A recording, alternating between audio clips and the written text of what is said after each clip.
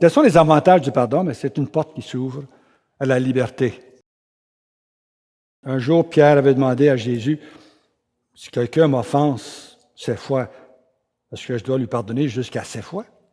Jésus dit, je ne dis pas 7 fois, je dis 70 fois 7 fois.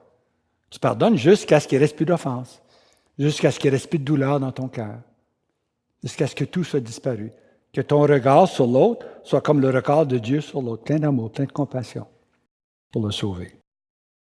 Il y en a qui disent qu'ils ne sont pas capables de pardonner, c'est trop fort. Mais Jésus nous a laissé un exemple et une puissance. Sur la croix, devant ceux qui venaient de le crucifier, de le flageller, de le renier, de le chasser, Jésus a dit, Père, pardonne-leur, ils ne savent ce qu'ils font. C'est une parole de Dieu.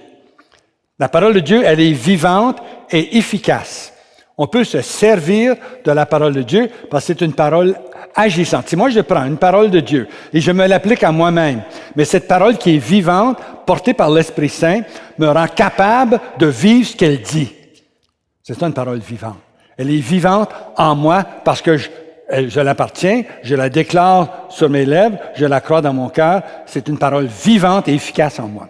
Parce que la parole de Dieu est vivante et efficace. Alors, tu dis, moi je ne suis pas capable de pardonner, mais je prends tes paroles, Jésus, sur la croix, tu as dit, je répète tes paroles, Père, pardonne-leur, ils ne savent ce qu'ils font. Et je reçois de toi que tu viennes en moi pardonner à ceux qui m'ont offensé. Et là, tu reçois la puissance de Dieu. Ce n'est pas un sentiment, le pardon, c'est une décision. Si tu prends la décision, Dieu est avec toi pour que tu pardonnes. La puissance de la croix. Le secret du pardon, c'est ça.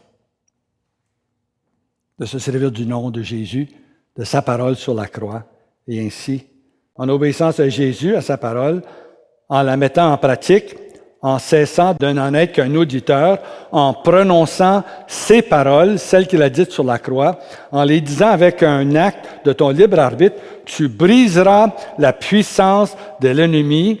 Sois bien persuadé de ceci, celui qui a commencé en toi une œuvre bonne en poursuivra l'achèvement jusqu'au jour du Christ Jésus. C'est Dieu qui opère en toi le vouloir et le faire. Aie confiance.